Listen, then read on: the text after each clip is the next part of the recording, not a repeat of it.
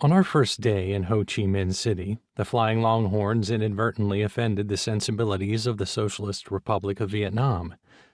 It was my fault.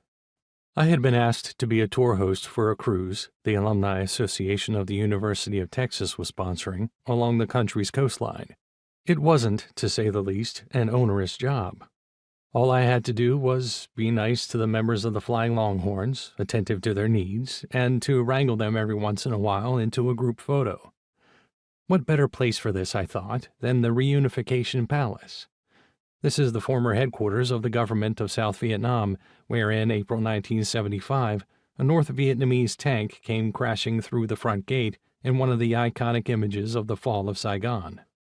All was calm until we made the mistake of unfolding the Longhorn flag, a gesture that greatly alarmed a nearby guard.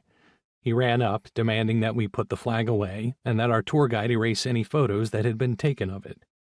The guide, the son of a South Vietnamese soldier who had vanished into a re-education camp nearly 50 years earlier, made a show of complying, though he somehow managed to save one image of us with our forbidden flag.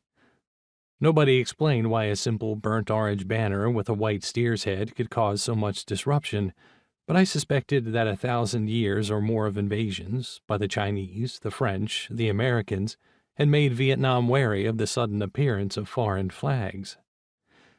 There were 19 of us gathered in front of the palace, a gleaming example of Cold War architecture, complete with cabinet rooms, banquet halls, and an underground complex of suffocating bomb-proof rooms filled with grim metal furniture and ancient telecommunications equipment.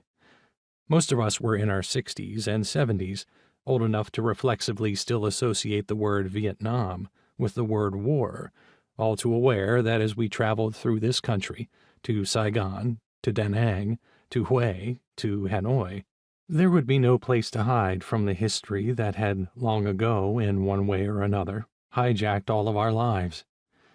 Vietnam these days is a surging leisure destination, a place of sprawling beachfronts and brand-new Chinese-built hotels and towering cruise ships. But to people of my generation, a trip to Vietnam is less a vacation than it is a reckoning.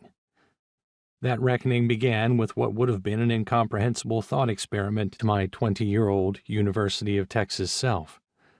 A tour of Vietnam meant something a lot different then, far more ominous than it did when I was asked to be a host for the Texas X's on this improbable luxury excursion.